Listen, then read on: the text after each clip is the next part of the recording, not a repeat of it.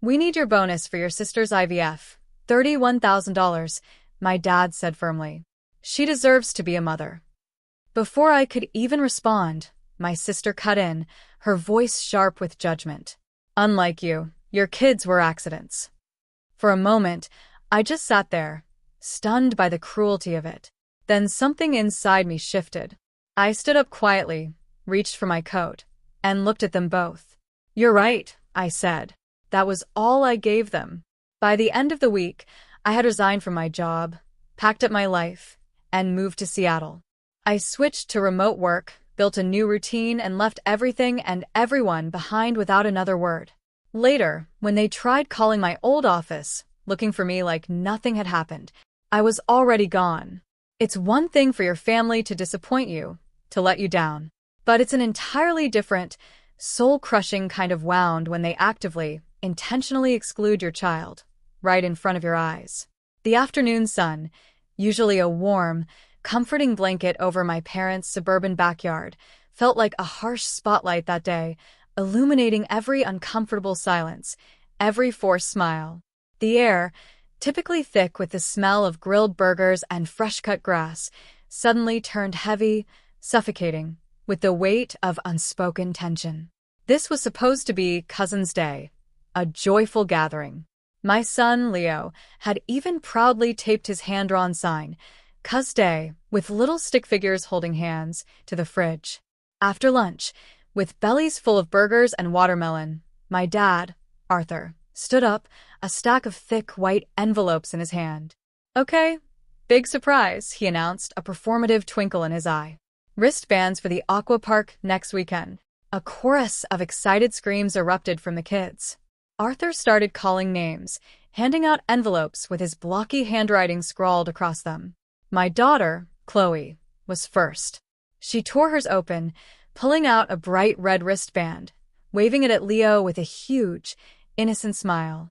Then Olivia's twins, Mia and Liam, practically snatched theirs.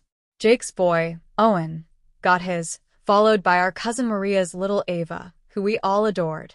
The stack got smaller, and with each envelope distributed, I watched Leo's small face.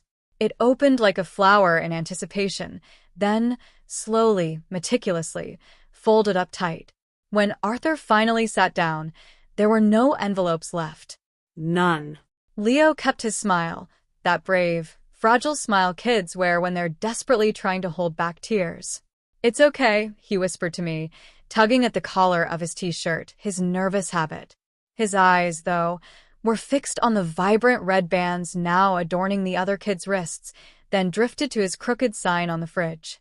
The room buzzed with boisterous plans for wave pools and water slides, a cacophony that drowned out the silence of my son's disappointment. My throat went dry. My palms, suddenly hot and prickly, stung. I swallowed, forcing air into my lungs. Dad, I managed, trying to keep my voice level, light. Did you forget one? My mom, Eleanor, chimed in, her voice too bright, too dismissive. Oh. We weren't sure if he'd be up for it. He has, sensory stuff. She waved her hand vaguely, as if shooing away a bothersome fly, as if Leo were an inconvenience, not a person. Chloe, all 16 years of blunt honesty, interjected, and they only sell them in sets of 6. They sell them one by one. She glanced at Leo, then at me, her young eyes wide with dawning understanding. Arthur set his beer down with a thud. It's the Blood Grandkids Day, he declared, his tone final. We've pledged to do this every month with them. You can take him another time. He said it fast, like ripping off a Band-Aid, trying to minimize the sting, but only making it worse. A fierce heat climbed my neck, tightening my jaw. He is 9, I thought, a silent scream building in my chest. He is my son. He drew your sign. Leo, meanwhile, had tucked his hands under his legs on the bench, staring fixedly at his knees. He didn't cry. He just shrank. The twins, oblivious, were already arguing over which slide was best. The loud clack of the ice maker filling a glass somewhere in the kitchen seemed to fill the terrifying silence between my pounding heart and my inability to speak. I forced a smile at Leo, every muscle in my face trembling. "We'll go to the pool at home," I promised, my voice a shaky whisper. "We'll make a day of it." He nodded once, quick, the way he did when a teacher asked a question he didn't want to answer. Inside my chest, something vital cracked, then sat there, sharp and quiet. "I'm Ryan. I'm 38. My wife, Sarah, and I have 2 incredible kids, Chloe, 16, from an early relationship, and Leo, 9, whom we adopted at 2. Leo, with his soft voice and deep love for jellyfish, who writes notes and folds them into tiny squares to tuck into my pockets. I'm the oldest of my siblings, the responsible one, the operations manager with a steady job and the spreadsheets. My sister, Olivia, 35, is a hairdresser who takes a lot of mental health days. My brother, Jake, 31, works construction when he can, door dashes when he can't. My parents, Arthur and Eleanor, are old school Washington. Church on Sundays, Costco on Saturdays, and a generous dash of passive aggression for seasoning. Money, in our family, was always the ghost in the room, unseen, yet constantly tripped over. 3 years ago, Mom called me in tears. "We can't breathe, honey. The electric bill is 3 months past due." I paid it, $1,187.42. I set up a weekly $150 transfer, a bridge that never quite reached the other side. 6 months later, it was $6,400 for Mom's dental crowns. I put them on my cell plan, then their Netflix, then Hulu. When Olivia's lease fell apart, I wrote the $2,500 deposit. When Jake's truck died, I put $1,100 on my card for repairs. Last year, I flew my parents to Orlando for their anniversary because Mom always wanted to see Epcot's fireworks, $2,216. I upgraded their rental car, packed their carry-ons with good snacks. Each time it was a small emergency, a hiccup, a sad face. I'd press pay and return to my spreadsheets. It felt good to fix things for a minute. It felt like love. And they always said thank you. And then they always asked again. Meanwhile, small slights piled up like junk mail. The hallway picture wall, filled with school photos. Leo's was always in a cheap frame at the bottom, slightly crooked, like an afterthought. Once, Mom wrote Sarah's boy in parentheses next to his name on a birthday card. At Christmas, stockings were embroidered with everyone's names, except his. His was a red felt tube with a drugstore sticker. L. Nobody thought it was weird. They'd post all the cousins on Facebook, then crop him out, blaming lighting. One Thanksgiving, Dad joked Leo was almost part of the family, and everyone laughed, and I decided not to make it a thing because it was the holidays and the turkey was finally moist. I told myself these were accidents, oversights. They were older. They didn't mean it. I told myself love was different from Instagram. I told myself I could absorb it. Because on good days, Mom made Leo pancakes with chocolate chips in the shape of numbers. On good days, Dad showed him how to sandwood, taught him to rub dust into the grain with bare hands. I wanted those days to be the thing we remembered. When they announced Cousin's Day, I went along. I'd even booked a beach house for July. A big white one on the inlet, with a deck, a long table, bunk beds. For bedrooms, $4,800 for 7 nights. I put it on my card, I had points, and figured we'd settle up later. I made a spreadsheet of meals, board games. I even wrote sandcastle contest in the notes. Then the aqua park envelopes, bright red wristbands, brought it all into sharp, brutal focus. I had paid thousands for this family, and my son's name still landed in parentheses, or not at all. The bright red wristbands glowed on little arms that were apparently blood. My dad said it like it was a rule I'd already agreed to. The crack inside me widened, spread, splintered. The money wasn't the point. And also, it was exactly the point. I had been bankrolling a club my kid couldn't join. 3 days after that agonizing Sunday, I went back for dinner. I still believed in showing up. We brought potato salad, a blueberry pie. Leo brought a library book about octopuses to show Arthur. It stayed in his lap the whole night, unmentioned. After clearing plates, Arthur said, "Ryan, can you help me in the garage?" He had that tone, the one that meant something was already decided. In the garage, Mom and Olivia were already perched on the deep freezer like it was a bench. Arthur leaned against the workbench, hands on either side, like a coach before a pep talk. "Your bonus is coming up," he began, calm, collected. "We need it for Olivia's IVF. It's $31,000 for the first round with meds. She deserves to be a mother."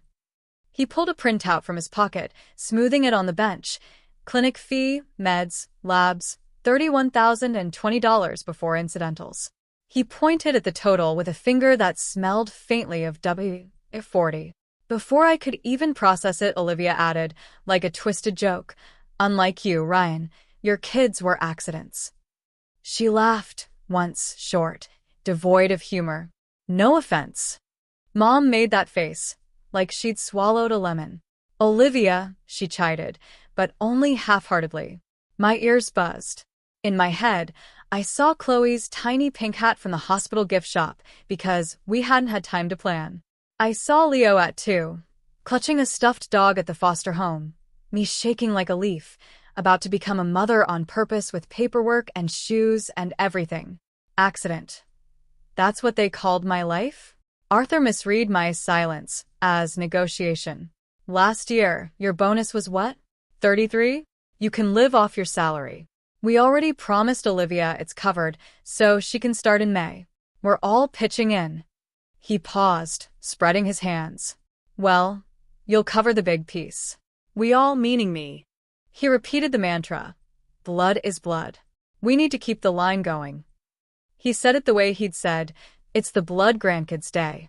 He truly thought he was being fair. I stood up, though I had already been standing.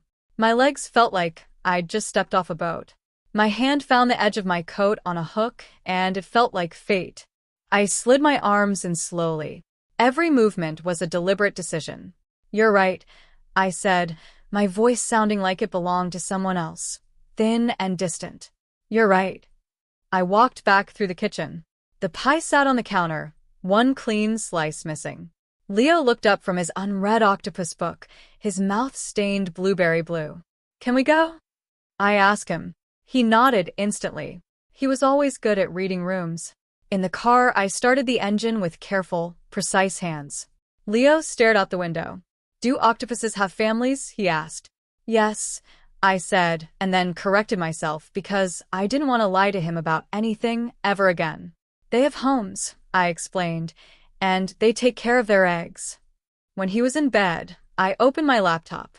The beach house booking confirmation sat in my email like a dare. "Your family week is confirmed." I clicked through to the booking site. My reservation number glowed on the screen. I clicked cancel. A warning popped up. 25% fee within 30 days. Refund $3,600 to original payment method. "Are you sure?" I read it twice. I thought about the long table on the deck, my carefully crafted spreadsheet, the way Mia and Liam would have ignored Leo in a house I paid for. I thought about $31,000 and being told my kids were accidents in a garage with oil stains and a broken rake. I clicked yes. My bank app buzzed 15 minutes later. Pending credit $3,600. I took a screenshot. I put my phone face down and sat still, listening to the house settle around me. That week, I gave my notice. I'd been flirting with a remote role at our Seattle office for months, always telling myself it wasn't practical. Suddenly, it felt like breathing. My boss tried to keep me, but when I mentioned Seattle, she just said, "You should do it." We packed 2 bedrooms and a hallway in 2 days. It felt like a fire drill and an immense relief. I didn't text the family about the beach house that night. I didn't text about anything. I slept for 4 hours, then got up, made lunches, and logged into work. I sent my resume to the Seattle hiring manager. By Thursday, I had a start date and an HR portal login. "I can't keep funding a family my kid isn't part of," I told Sarah. She looked at me, a fierce tenderness in her eyes. "Then we won't." The family group chat lit up on Friday. The beach house owner had sent the cancellation notice to everyone on the email chain. Caps, crying emojis, question marks. "Olivia, are you kidding me?" "Mom, what happened?" "Arthur, call me now." "Jake, LOL. What did you do?" I put my phone in a drawer and took Leo to the library. He picked out 3 jellyfish books and a graphic novel about a boy detective. We got smoothies on the way home. Saturday morning, there was a knock on the door. Arthur and Eleanor stood on the porch, both in windbreakers, a united front. Mom held a Ziploc bag of cookies, as if that balanced anything. "Can we come in?" Arthur asked, his voice tight. I stepped aside. We already told the twins about the beach house. Mom began in the living room, without sitting down. "You broke their hearts." "You broke my kid's heart," I countered, my voice low and steady, "and you called it a day pass."